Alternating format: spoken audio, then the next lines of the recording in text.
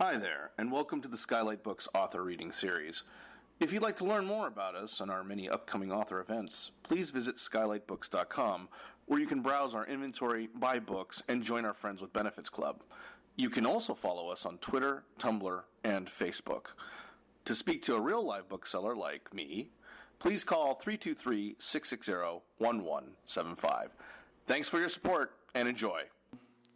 Antonio Gonzalez is a resident of Los Angeles. He has a BA in journalism from the University of Iowa and an MLIS from San Jose State University. He's currently enrolled in the Heritage Conservation Program at USC. He's a member of the Odd Fellows fraternity and works in an architecture and fine arts library. Please join me in welcoming Antonio.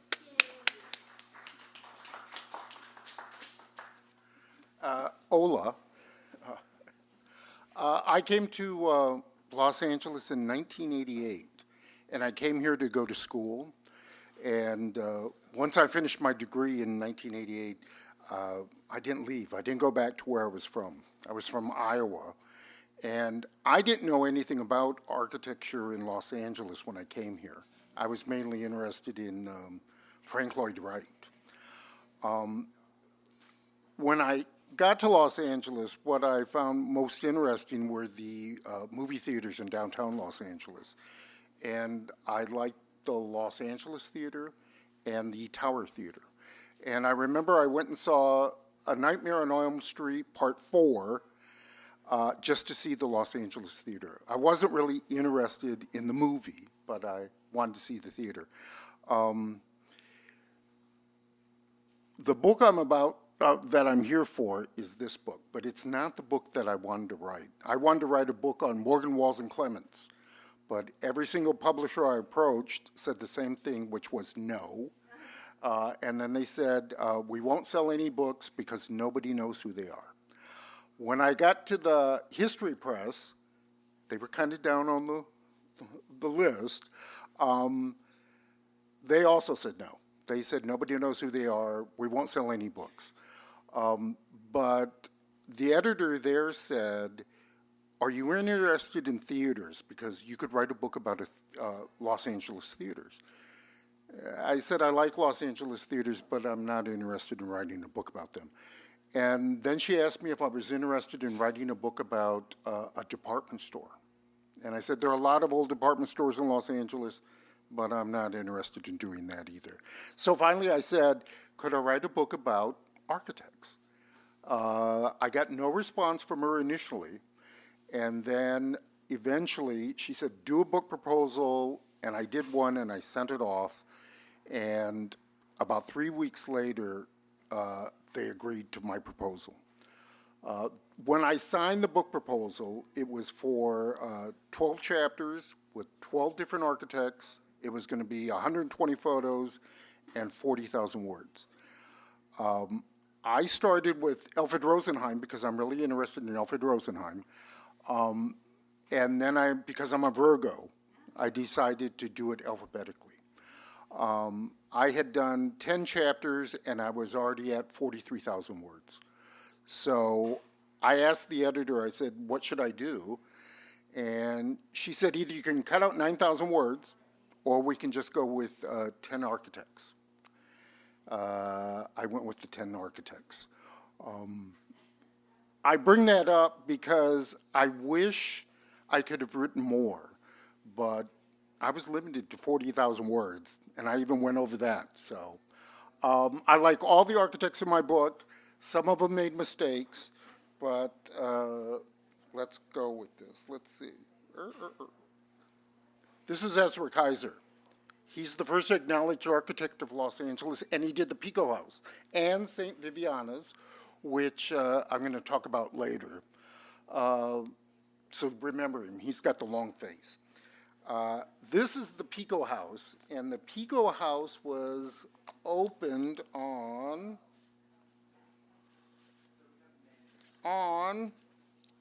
June 19th, 1870. It was the largest hotel south of San Francisco, and it cost, including the furnishings, $100,000. It was built by Pio Pico, the last governor of Alta California. Now this is Octavius Morgan. This is from Robert Burnett's Greater Los Angeles in Southern California, Portraits from Personal Memorabilia. It's in 1910. That's when the book was published. Octavius Morgan was born in 1850, so he would have been 60 in 1910. Now, I'm saying that Octavius Morgan was a bit vain simply because whenever I want a photograph of myself used, I always want a young-looking photograph. He looks like he's like 35 or 40 there, so he's using a photograph that's like 20 or 25 years old. Morgan was the first president of the Southern California chapter of the American Institute of Architects, and that was in 1894. Originally, that group was known as the Architect Society.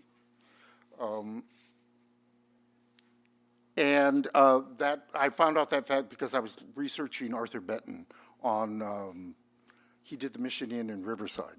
And he mentioned in an interview that was done for Southwest Builder and Contractor that it was originally called the Architect Society.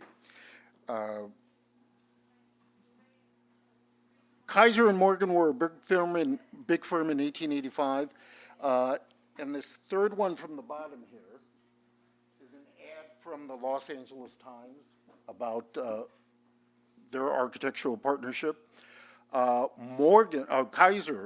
Ezra Kaiser leaves the practice of architecture in 1888, and he goes into real estate. Now, since I was limited to 120 photographs for my book, I couldn't include all the photographs I wanted. And this is an image of the W.P. Story building in downtown Los Angeles. This building is still there. And the one thing I want you to notice is these terracotta piers, right?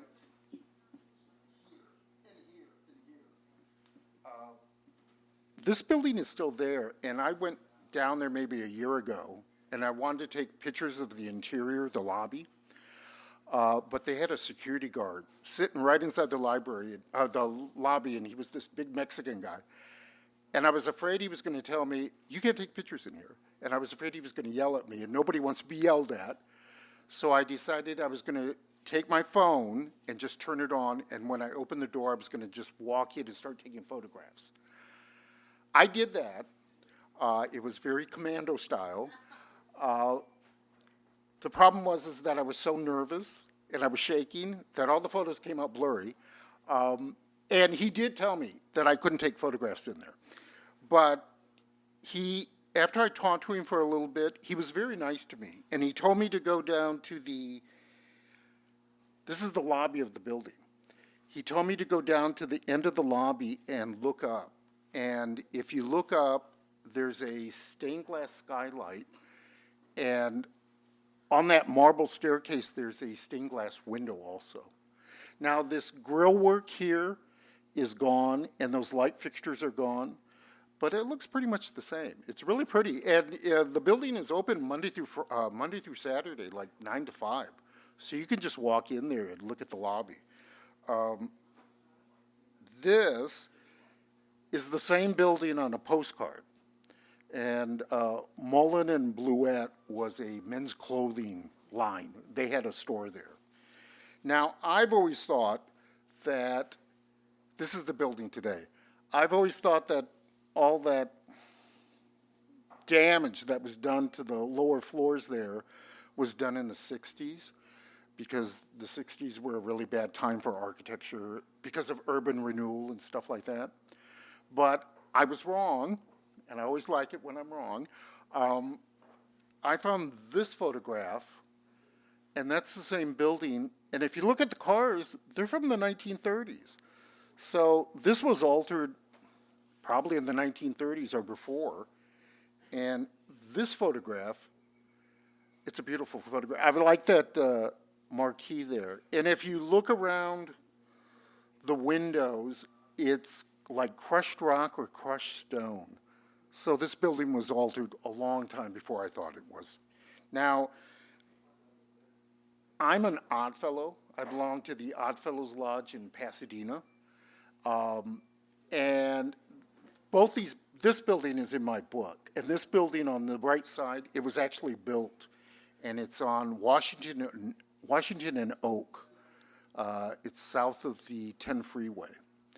And since I'm an Oddfellow, I talked to some of my Oddfellow brothers, and there's a guy named Roy that belongs to the Golden Rule Lodge in East Los Angeles. And he was a member of this lodge in the late 60s. And he said the Oddfellows sold this building in 1975 for $300,000. It's still there, and it's owned by a company called Vertigo. But he said they sold it because they couldn't get members. There was no membership, and if you can't get members, then you can't pay rent and stuff like that. But he was able to tell me that this is right outside the building. This is a Morgan, Walls and Clements building, and he said this was here when he was a member, and he thinks it was there when the building was originally built, simply because the city of Los Angeles wouldn't let you do this anymore. And I asked him about that cartouche that's up there in gold. And I said, was there ever anything in there? And he says, as far as he knows, there never was. Now, there's a circular medallion there above the white gate. And this is what it looks like. IOOF stands for International Order of Oddfellows. The I is the eye of God. And the Oddfellows was referred to as the Three Links Society. It still is. And the three links stand for friendship, love, and truth. Now, that's a Morgan, Walls and Clements building. And this is a building, I found this in the newspaper. My friend sent me an image of this building. It's the Evening Herald building. And it was William Randolph Hearst building. And the image he sent me was kind of small, and when I blew it up, it kind of got blurry.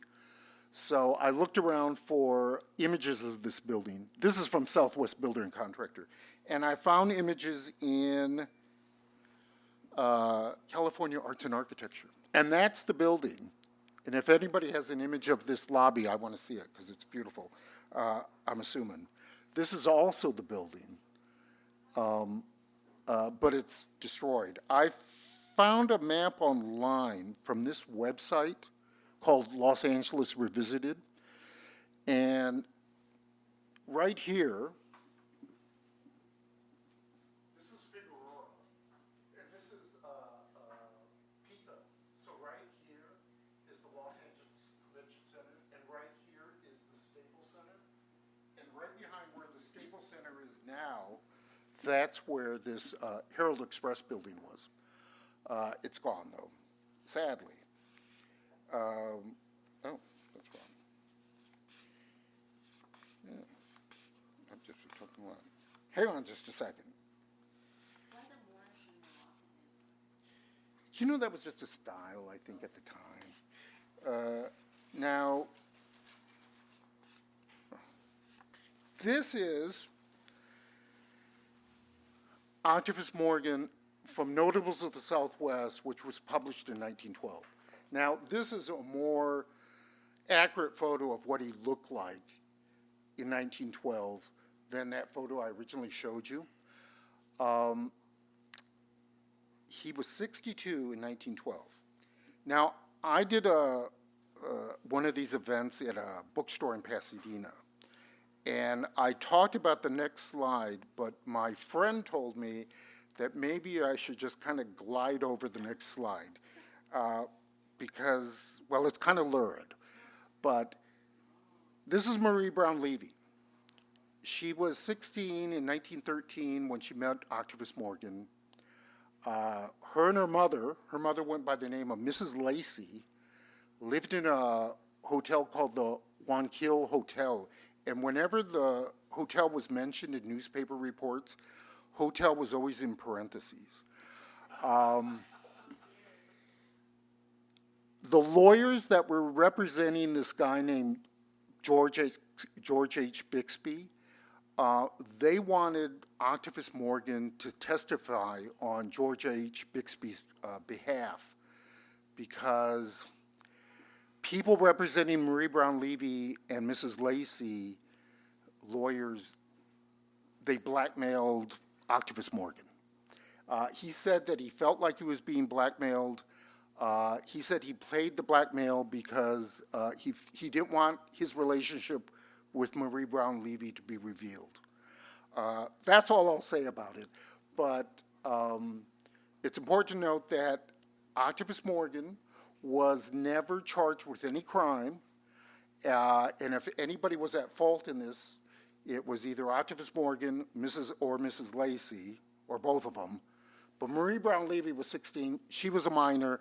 She wasn't at fault under any circumstances. It went on for about a year and a half, and it was in lots of different newspapers. I condensed it into like 3 or 4 pages in my book. So if you read it, you'll understand more. But here is another Morgan Wilson Clements building, which is the Atlantic Richfield building. It was opened in 1930. It was demolished in 1968. I don't know how this building could have been destroyed, but it was. In about 1993, my friend took me to Arco Plaza, and these doors, these elevator doors, are still there at the back of the plaza. And you can go down there and take pictures. And then a couple of years ago, I don't know how I found this out. I think somebody emailed me. 3 of the statues that were above the entrance portal of the Richfield building are at UC Santa Barbara. I went up there on a weekend. It's like 2 hours to drive up there. And I found them. And this is the plaque that's next to them. It says, "Sculptured figures in glazed terracotta by Haig Padigan, originally installed on the Richfield building in downtown Los Angeles, 1929. Now the site of Atlantic Richfield Plaza. Donated to UCSB in 1969 by Atlantic Richfield, reinstalled and dedicated in 1982. And they're right over there where that blue circle is. They're across from Poly Track. Now, the only problem I have with these and these doors is that I think they should be in museums, because these, no, I'm going backwards.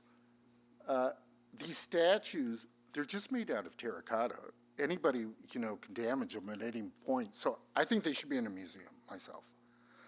And then there's this guy. This is John Austin. He did the Shrine Auditorium, City Hall, Griffith Observatory. He also did this building, which is the Potter Hotel. It was up in Santa Barbara. It looks beautiful. I wish it was still there, but it burned to the ground in 1921. And it probably burned to the ground because the foundation and the first floor were brick, but the rest of it was wood framed. I think it's a beautiful building. John Austin is partially responsible for this too. Now, this is St. Viviana's. It's from a postcard. And this building it's always been said that this building was made of brick. And you can see the brick down here. Now, John Austin wrote an article for the Los Angeles Times about 1920, and they weren't sure who actually designed this building. So John Austin did all this research, and then there was an article where he said the architect of the building was Ezra Kaiser, and he found out who the masons were, who did the ironwork. It was a wonderful article. And then at the bottom of the article, it says John Austin has been asked to redesign the building by the Catholic Diocese, which I thought was kind of ironic. But this is what John Austin proposed. If you look at it before, see, it's got that big circular window, and then it's got circular windows above both doorways, and it's got that huge cross on top. And John Austin wanted to reduce the size of the big circular window and remove those windows over the doorways and get rid of the big cross on top. This is what it looks like today. So he did do that. And he covered it with some kind of stone and replaced the brick that was there. Now, I like John Austin very much. Here he is from Notables of the Southwest. And he was born in 1870. And this is from, I think, 1913. So he was 43 when this publication came out, And he looks about 43 there. Now, I'm going to read part of this to you because I want us all to read it together, basically. It says, he has been married twice, the second marriage being in 1902 when he was wedded to Hilda Violet Meiton in Los Angeles. By the first marriage, there was one child, Dorothy Austin, and by the second, there are 5 children, Marjorie, Ada, William, Hilda, and Angela. Okay, so I'm going to read just part of this again. By the first marriage, there is one child, Dorothy Austin, and by the second, there are 5 children, Marjorie, Ada, William, Hilda, and Angela. So there's this that I found in the Los Angeles Times, which is this.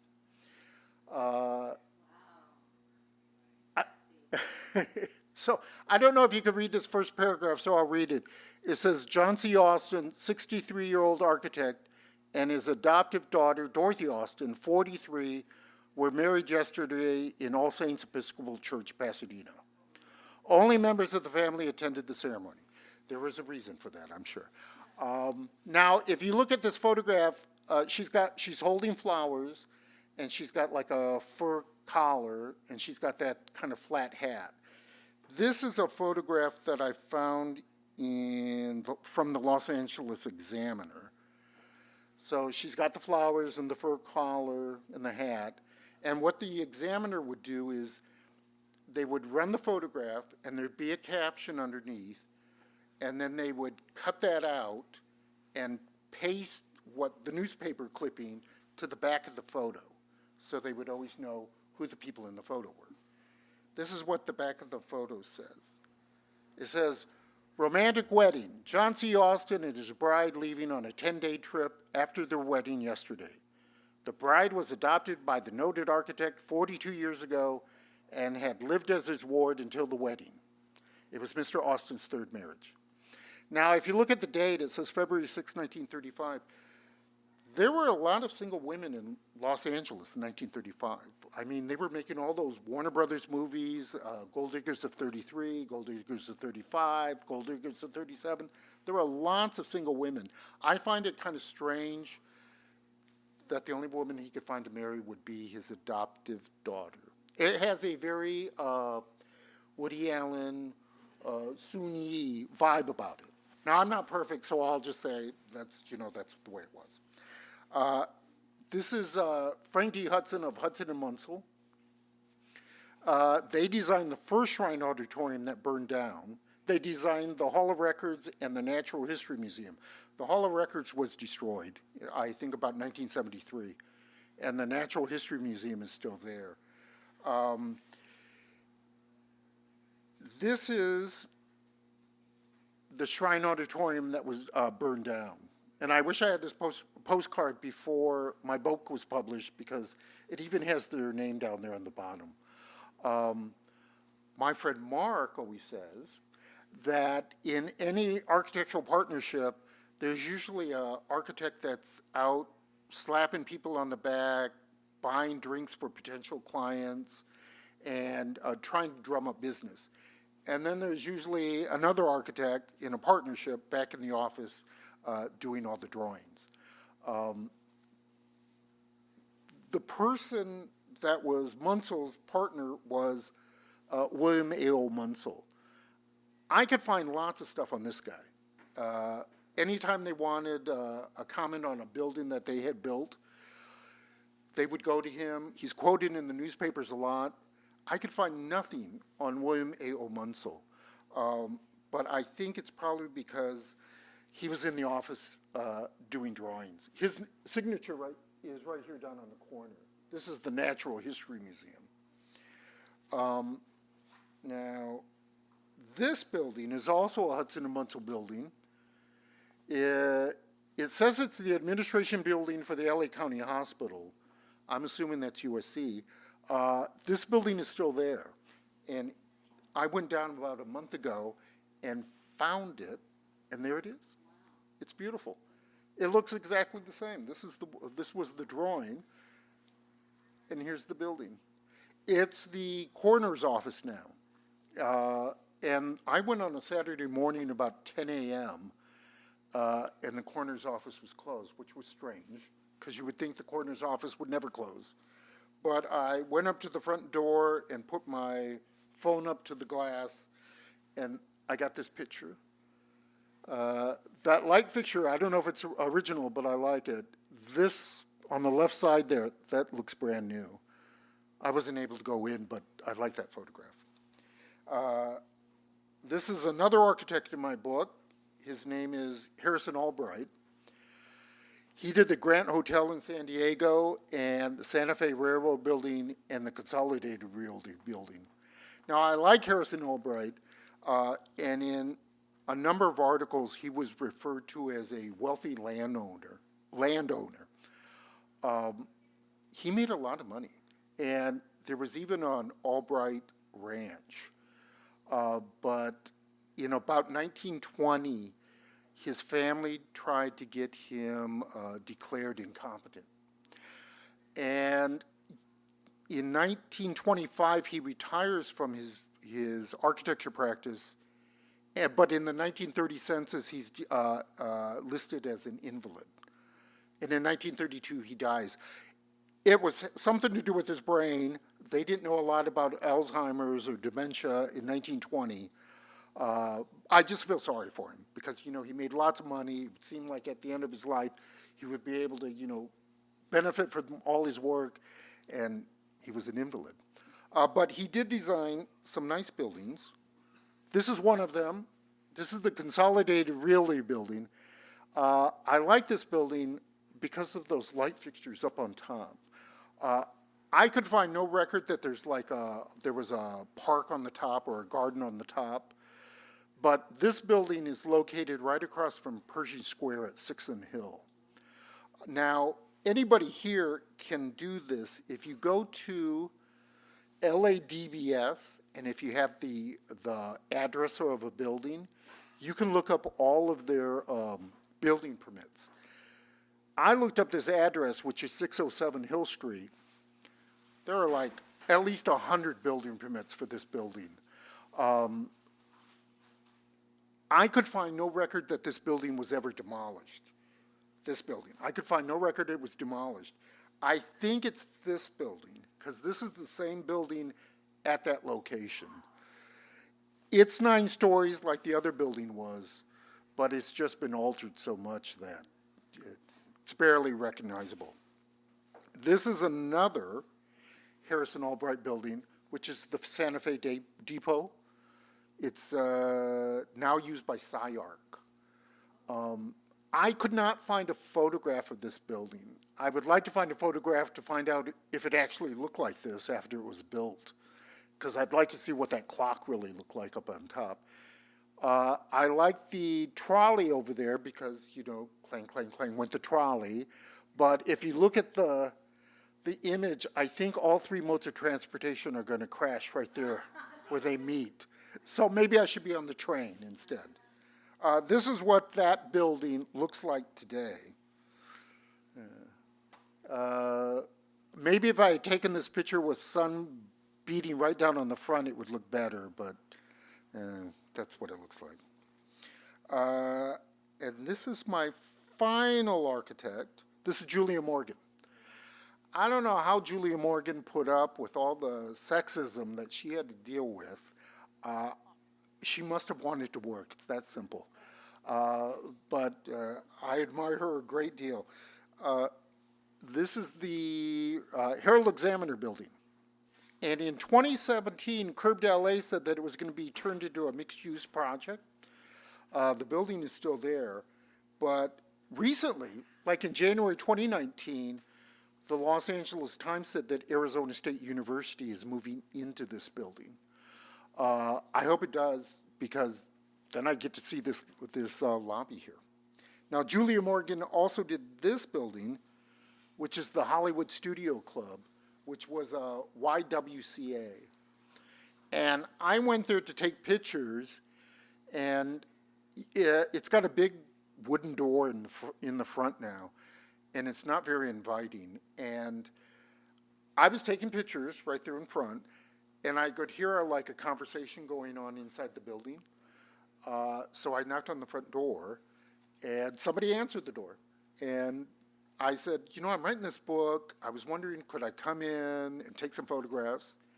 And amazingly, they said yes. I wouldn't let anybody in, but they said yes. And on the north part of the building, there's a door that goes outside, and there's a pergola, and then there's like a little patio inside the building.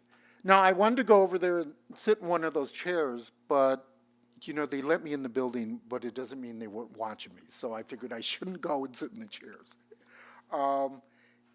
This is, it looks like it's, yeah, because there was no one in there except for those two people that were in there. This is the Pasadena YWCA. The city of Pasadena owns the building now. And I don't know what they're going to do to it. It's just sitting there empty at the moment.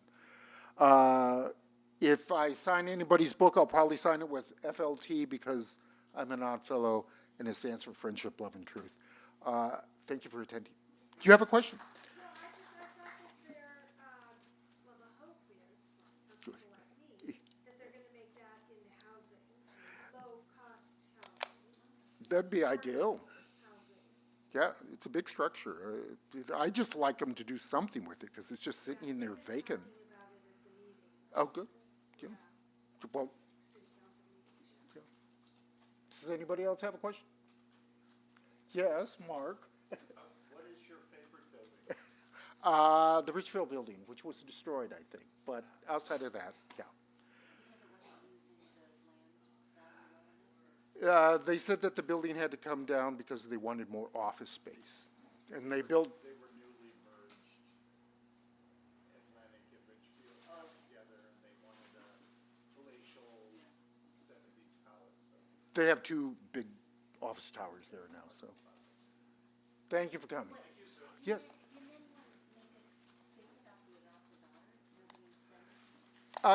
There was a minister that had married John Austin and his second wife and all of John Austin's children.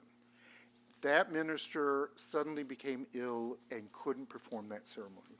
So I think the minister he was upset about it. And there were only family members at the ceremony. It just seems kind of strange, but. And the wife before that died? Yes, I think she died of cancer. And the 16-year-old girl? You have to read my book. It's just it's rather lurid. It really is. But yeah. Yes, Howard. Any plans for a miniseries? Somebody should do one because there are enough of them. Yeah. Oh, yes. Yes. Nathan should do it. Yes. Thank you. Thank you. Thank you. Thank you.